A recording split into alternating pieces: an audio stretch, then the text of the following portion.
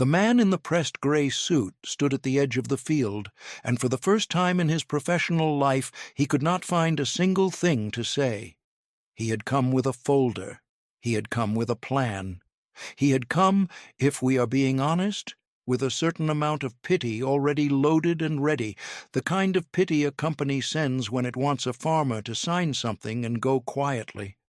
But now he was just standing there, his polished shoes sinking into soil he had assumed would be dead, looking out across acres of green and stone and water that should not have existed.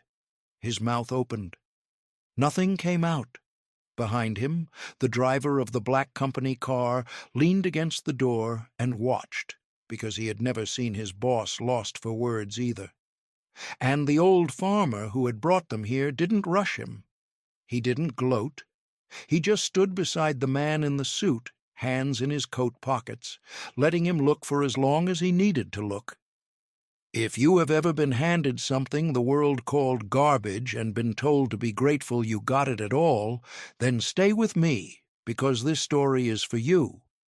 And before we go any further, tell me in the comments where you're watching from right now, because I like knowing who's sitting with these stories, and if the idea that patience can beat almost anything is one you want more of, subscribe now so the next one finds you. Now, back to that field. Back to the man who couldn't speak, because to understand why a corporate representative was standing speechless in the middle of a farm that everyone in 3 counties had written off as a ruined joke, you have to go back. All the way back to the autumn of 2006. That autumn, the farm belonged to a man named Reuben Halverson, and it was, by every measure that mattered to the people around him, a dying thing. Reuben was 41 years old that year, lean and weathered in the way that comes not from vanity, but from work, with a habit of standing very still when other men would pace. He had inherited the land from his father, who had inherited it from his, and by the time it reached Reuben, the soil was tired and the debts were not. The property sat in a low fold of country outside a small town called Marrow Bend, 90-some acres of what had once been decent grazing and was now mostly scrub, thistle, and the slow surrender of ground that has been asked to give more than it had. Reuben ran a few head of cattle. He grew what he could. He drove into town twice a week and nodded at people who nodded back and did not ask how things were because they already knew, and asking would only have made it harder for both of them. The trouble, though, the specific trouble, the one that made Reuben's farm a kind of local punchline, was the quarry. 2 miles up the ridge sat the Corvin Aggregate Company, a limestone and gravel operation that had been carving stone out of the hills since before Reuben was born. Quarries produce more than the clean-crushed rock they sell. They produce waste. Overburden, the industry calls it, the dirt and clay and low-grade broken stone that sits on top of the good material, that has to be stripped away and dumped somewhere before the valuable rock underneath can be reached. And for reasons that came down to an old easement his grandfather had signed for a small yearly sum, the Corvin Company had the legal right to dump a portion of that waste on the lowest corner of Reuben's land. Every week, sometimes every day, trucks the size of houses, backing up to the property line and letting go of tons of gray rubble with a sound like the world clearing its throat. They had been doing it for years before Reuben took over. His father had hated it, had cursed those trucks until the cursing became a kind of weather he simply lived inside. By 2006, the dumping had piled up into a wasteland of broken stone that swallowed nearly 6 acres of the farm, a lifeless gray field of jagged limestone chunks and pale dust where nothing grew and nothing wanted to. The neighbors called it the boneyard. Some of them, not unkindly, called Reuben's whole place the boneyard by extension. He would drive past it every morning on the way to the barn, that dead gray expanse, and he stopped seeing it the way you stop seeing anything you've looked at 10,000 times. It was just there, a wound the land carried, a thing that could not be helped. His father had signed, the company had the right, and that, everyone agreed, was simply that. Here is the thing about a man who stands still while others pace. He notices things. It was late October of that year, one of those bright cold mornings where the first hard frost has come down overnight, and every blade of dead grass is furred white and stiff when Reuben walked out toward the boneyard for no particular reason and stopped at the edge of the stone. Frost lay heavy on the field behind him, on the fence posts, on the roof of the barn. It lay on everything except the gray waste field. The dumped stone was clear. Not just clear, faintly steaming, a thin ghost of vapor rising off the pale rubble into the cold air, the way breath rises off a pond at dawn. Reuben crouched down. He put his bare hand flat against a broken chunk of limestone, and he felt it. Warm. In October. Under frost that had killed everything around it, the discarded stone was giving off a low, patient heat. Most men would have shrugged and walked to the barn. Warm rock, cold morning, strange, and then breakfast and the day's chores and the whole thing forgotten by noon. But Reuben Halverson was not most men, and something in him, the same stillness that made him quiet in a crowd, held him there in a crouch with his hand on the stone longer than made sense. He noticed that the vapor rose thickest from the oldest part of the pile, the deep stuff that had been dumped years ago. He noticed that the newer rubble at the top was cold and ordinary. He noticed that where the warmth was strongest, down near the base where meltwater pooled, a single unlikely thing was happening. Green. A thin fuzz of green moss, and beside it a few blades of some volunteer grass, growing in late October in a place where nothing was supposed to grow, kept alive by the heat coming up out of the ground. He stayed until his knees ached. Then he stood, and he looked at the boneyard, and for the first time in his life he did not see a wound. He saw a question. That night at supper, he mentioned it to Merritt, his wife, in the flat, off-hand way he mentioned most things. "The stone's warm," he said, "the dumped stone, steaming this morning under the frost." Merritt was a small, sharp-eyed woman who had married Reuben when the farm was already sliding and had never once, in 18 years, spoken a word about leaving. She set down her fork. She didn't ask if he was sure. She didn't say that rocks don't make heat. She said, "Warm how?" And Reuben, who had been turning it over all day, told her about the vapor and the moss and the green. Merritt listened the whole way through. Then she said, "My grandfather used to say the ground keeps its own secrets."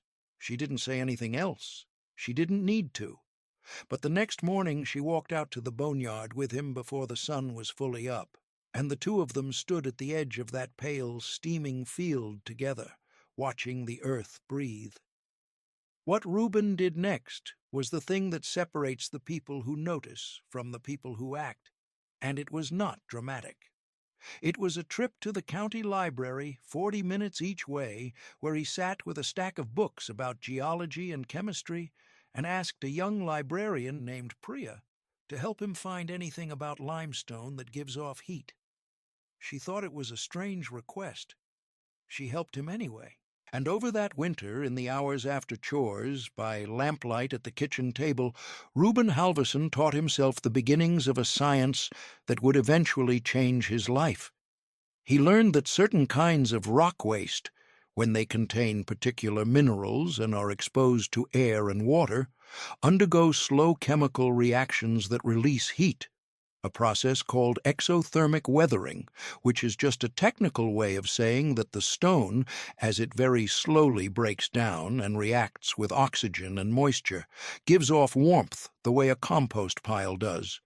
Some quarry waste, he read, is chemically inert and does nothing, but some, depending on what the parent rock contained, becomes a slow, self-heating mound that can stay warm for years. He read about pyrite. That was the word that stopped him. Pyrite, iron sulfide, fool's gold, a mineral that occurs in some limestone deposits, and when broken open and exposed to air and water, it oxidizes, rusts, essentially. And that oxidation is exothermic, meaning it throws off heat, and it also releases minerals into the runoff. The Corvin Quarry, he came to understand, had been cutting through a seam of limestone shot through with pyrite and other sulfides, and the waste rock they'd been dumping on his land for the better part of 2 decades was not dead stone at all. It was chemically alive, slowly rusting from the inside, producing heat, producing mineral-rich water, producing exactly the kind of warm, damp, nutrient-heavy microclimate that, handled wrong, poisons a landscape, and handled right, could grow things nothing else could grow in that cold, hard country. Reuben sat with that at his kitchen table until the lamp burned low.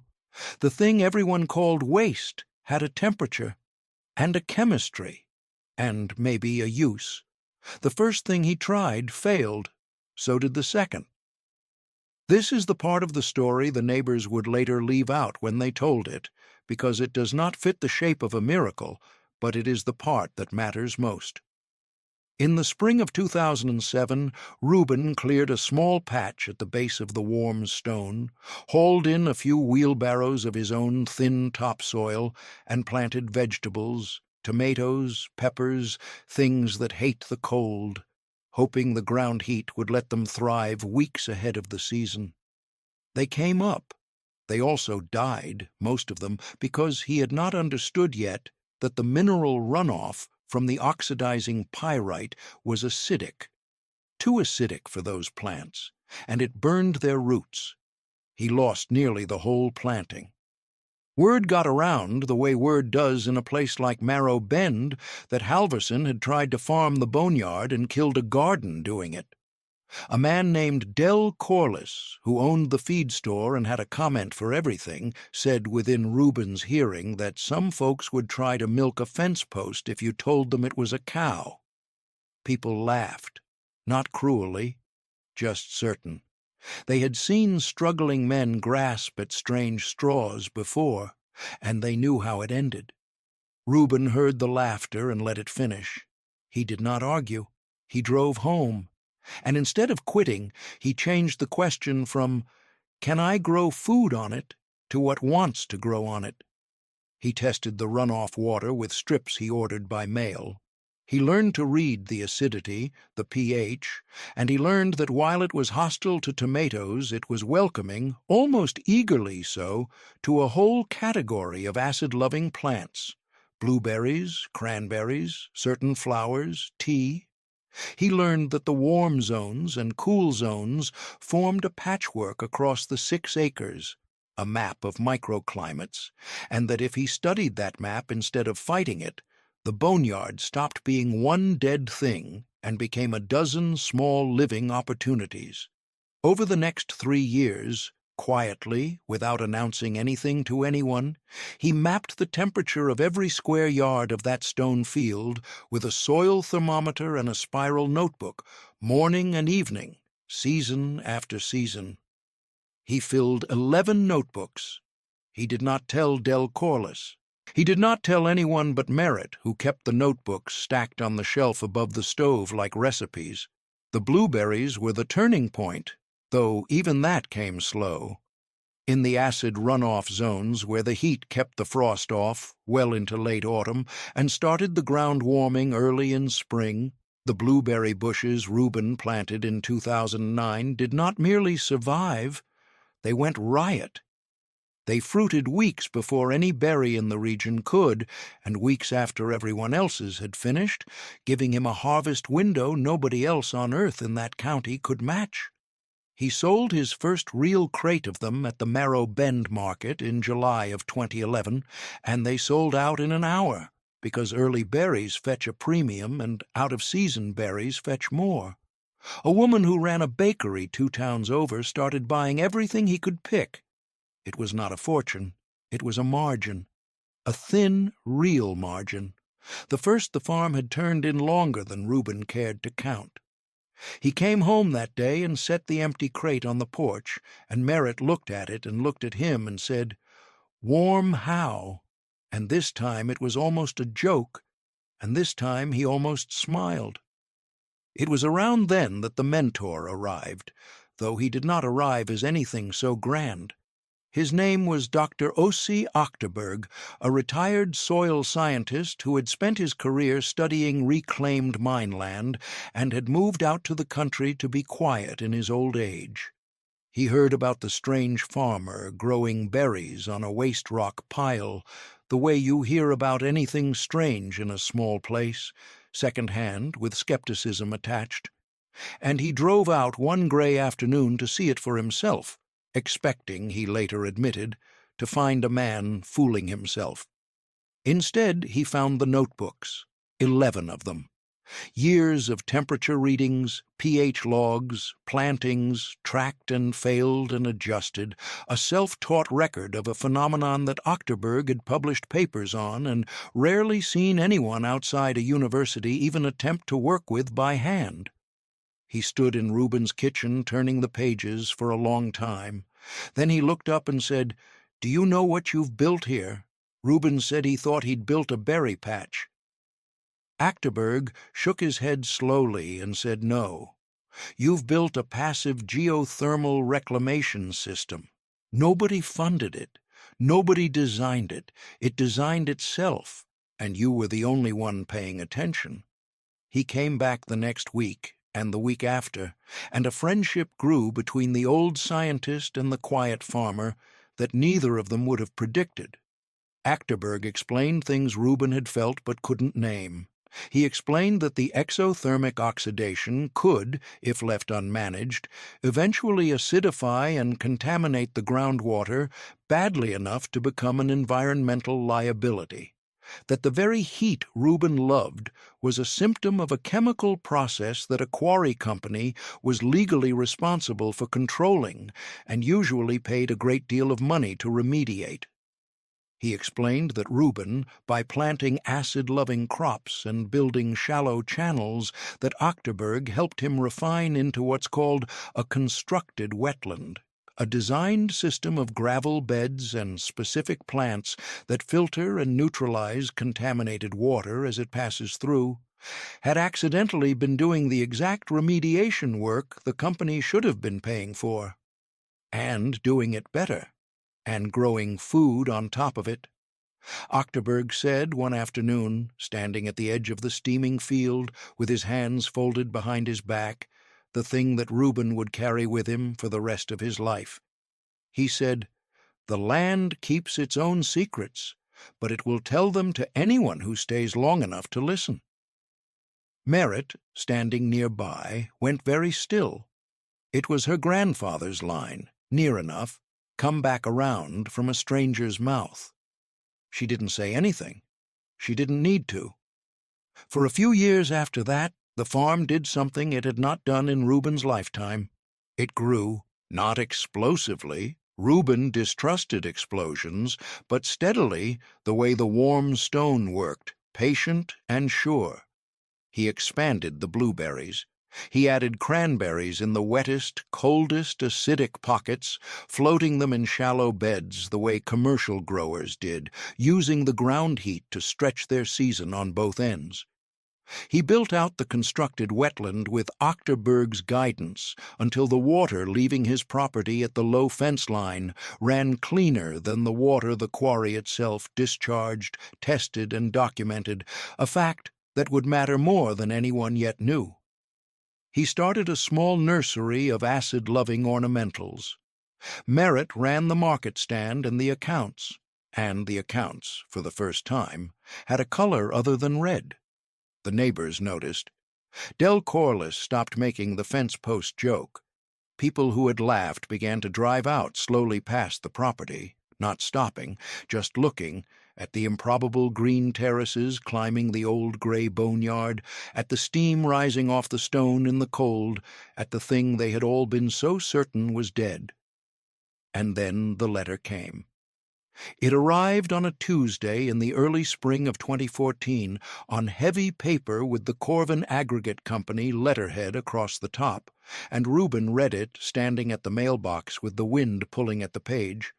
The company, it said, was terminating the old dumping easement and reclaiming the affected acreage under a state-mandated environmental remediation order. The waste rock deposit on his property, the letter explained in cool, careful language, had been identified as a source of acid rock drainage, the technical term for the contaminated runoff, and the company was legally obligated to excavate it, haul it away, and restore the site. They would, of course, compensate him for access. A representative would be in touch to arrange the removal and to discuss a settlement. It was all very reasonable, it was all very final, and it meant that the 6 acres of warm, alive, painstakingly cultivated stone that Reuben had spent 8 years learning to read were going to be dug up and trucked off, and his farm returned to the dead cold ground it had been before, minus everything he had built. He did not sleep that night. Merritt found him at the kitchen table at 3 a.m. with the 11 notebooks open around him, and the letter in the middle like a stone dropped in still water. She sat down across from him. She didn't tell him it would be all right, because she didn't lie to him, ever. She said, "So what do we know that they don't?" And that was the question that saved the farm, because Reuben, who had spent 8 years and 11 notebooks learning exactly what that stone was and exactly what it did, realized that the company was operating on an assumption that the waste was a liability, pure cost, a mess to be paid to clean up. They did not know it was already clean. They did not know a private citizen had, without a permit or a grant or a single engineer, remediated their contamination for them and turned it into producing land. They saw a bill. Reuben saw that he was holding something they wanted and did not understand. He called Dr. Achterberg at 7 that morning. Achterberg listened, and then he laughed, low and delighted, and said, "Oh, they have no idea what they're walking into, do they?" The representative's name was Marcus Voss, and he was 36, sharp, and used to farmers who signed. He handled reclamation settlements for the Corvin Company across 4 states, and in his experience the conversation always went the same way. The company arrived with a number. The landowner, usually tired, usually behind on something, took the number and signed the access agreement and stood aside while the trucks did their work. Voss had a folder for exactly this. He had a settlement figure penciled at the top and a range he was authorized to reach, and he had, driving out to Marrow Bend that morning in the Black Company car, already decided that this would be a short visit. He had heard, vaguely, that the old man out there had been growing something on the pile. Squatters' crops, he assumed. A garden. The kind of thing that would make the removal slightly awkward and nothing more. He was thinking about lunch. Reuben met him at the gate. He did not shake the folder. He did not raise his voice. He said, "Before you make your offer, I'd like to show you the property." Voss checked his watch, meant to decline, and something in the older man's stillness made him agree instead. They walked, and as they came around the low rise that hid the boneyard from the road, Marcus Voss stopped walking, because what lay before him was not what any document in his folder had prepared him for. 6 acres of terraced green climbing the flank of an old gray waste field, blueberry rows, heavy and dark, cranberry beds lying flat and wet and glistening, a designed wetland threading down through gravel channels lush with reeds, the water moving through it clear as glass, and over all of it, in the cool morning air, a thin silver veil of steam rising off the stone, catching the light.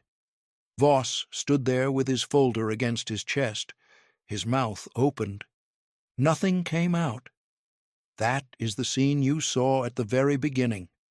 The man in the gray suit, speechless, his polished shoes sinking into living soil, the old farmer beside him in no hurry at all. Now you know how they got there.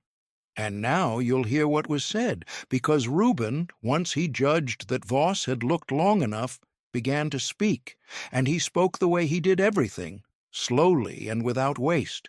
He said, "Your letter calls this a source of acid rock drainage." It was.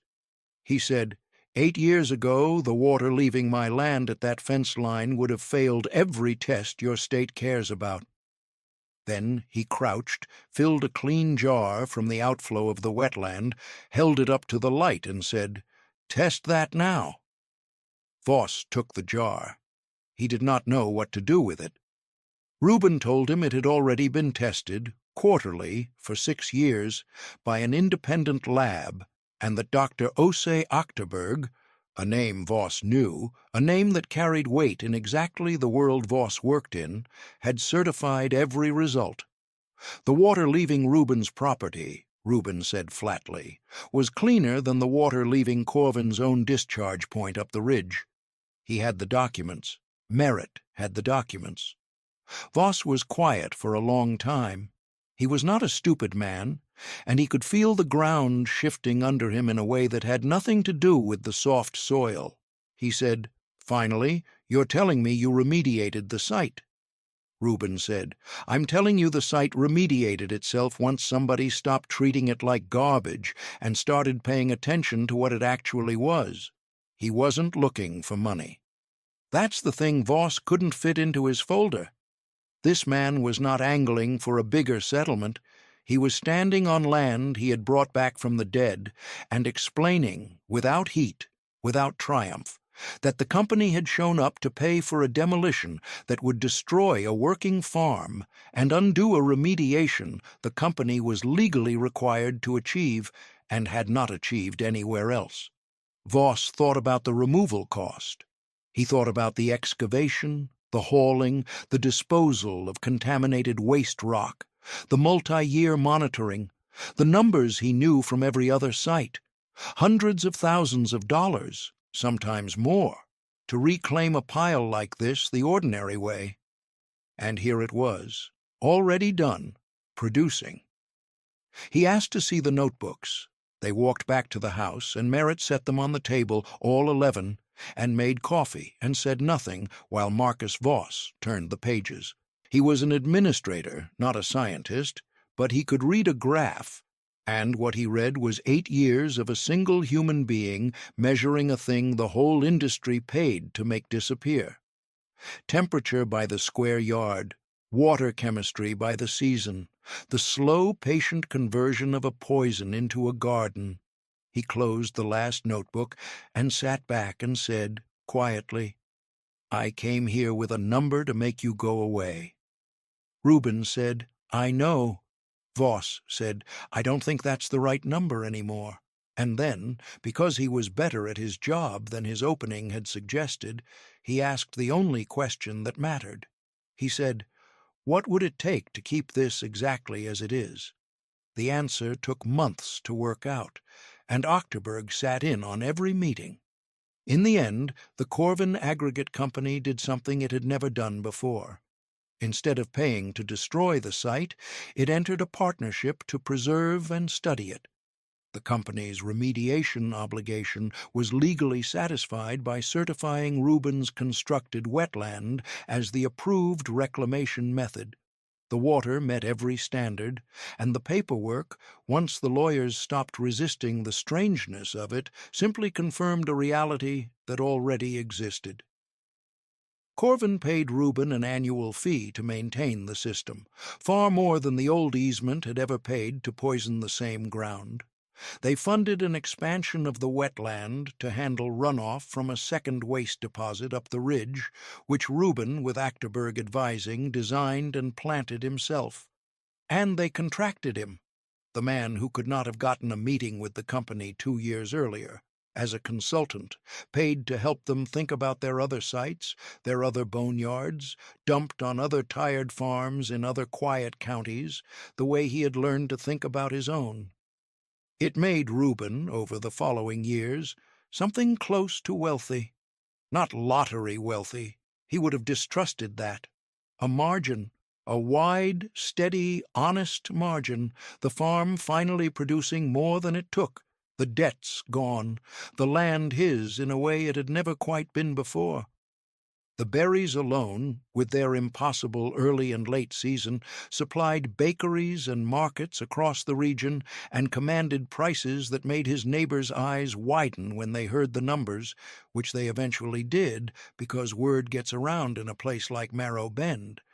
But the consulting was the thing that changed the scale of it, because it turned out that all across the country there were waste rock piles, quietly oxidizing, quietly heating, quietly waiting, and the men who ran the quarries had spent decades paying to bury the problem when a man in overalls with 11 spiral notebooks had proven you could plant it instead.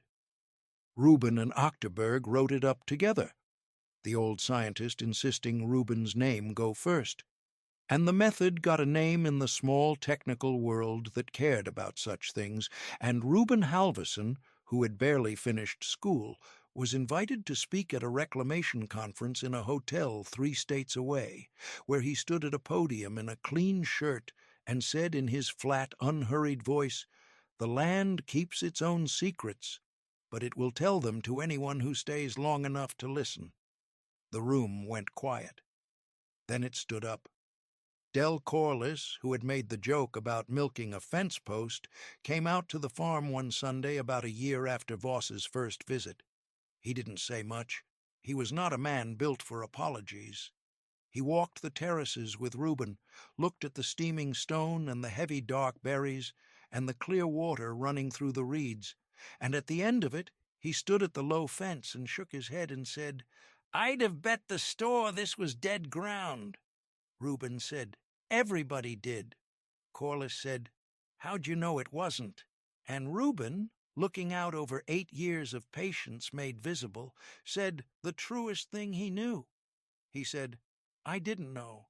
I just didn't stop looking." Corliss thought about that. Then he said he'd take 4 crates of the early blueberries for the store if Reuben could spare them, which, from Del Corliss, was as close to "I'm sorry and I was wrong, and that's the finest thing I've seen in 40 years" as the man was ever going to get. Reuben said he could spare them. The 2 of them walked back to the house, and Merritt had coffee on, and nobody said anything else about it, because nothing else needed saying. Here is what I keep coming back to, standing at the edge of this story the way Voss stood at the edge of that field. For 18 years, tons of stone landed on Reuben Halverson's farm, and everyone who saw it, his father, his neighbors, the company that dumped it, Reuben himself for most of his life, agreed on one thing without ever once questioning it, that it was waste, that it was worthless, that it was a wound the land would simply have to carry.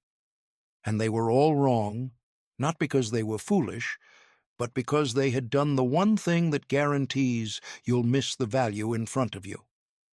They had decided what a thing was before they'd finished looking at it. The stone was never garbage. It was material that had landed somewhere inconvenient and been dismissed before anyone studied it long enough to understand it. That is true of far more than quarry rock. It is true of neglected land and overlooked people and unfashionable ideas and every quiet thing the world walks past because it has already made up its mind. Most of what we call waste isn't waste at all. It's just something nobody stayed with long enough to understand. Reuben Halverson still farms that land. The steam still rises off the stone on cold mornings, and the frost still stops at the edge of the warm field the way it did the October morning. He first crouched down and put his bare hand against a rock that had no business being warm. He is older now and slower, and he lets younger people do the picking. But he still walks the terraces at dawn most days, and he still carries a soil thermometer in his coat pocket out of habit, and Merritt still asks him, warm how, when he comes back in, and it is still, after all these years, almost a joke and almost a prayer. He did not become who he became because he was smarter than his neighbors, or luckier, or more talented. He became who he became because when everyone else glanced at the boneyard and looked away, he crouched down and stayed. And the ground told him its secret because he was the only one who ever waited to hear it. If any part of this story moved you, the warm stone under the frost, the 11 notebooks, the man in the suit who came to pay for a demolition and left as a partner, tell me in the comments which moment stayed with you, because I read them, and the ones about being underestimated always hit the hardest. And if you've ever been handed something the world called worthless, and had the quiet, stubborn feeling that it might be more than that if you just looked long enough, then subscribe and stay with me, because this channel is built for exactly that kind of patience, and there are more of these stories coming, more overlooked things, more people who stayed when everyone else walked away. More proof that value hides right where the world stops looking. Crouch down. Put your hand on the cold thing everyone told you was dead. Stay a little longer than makes sense. You might feel warmth where no one thought to check.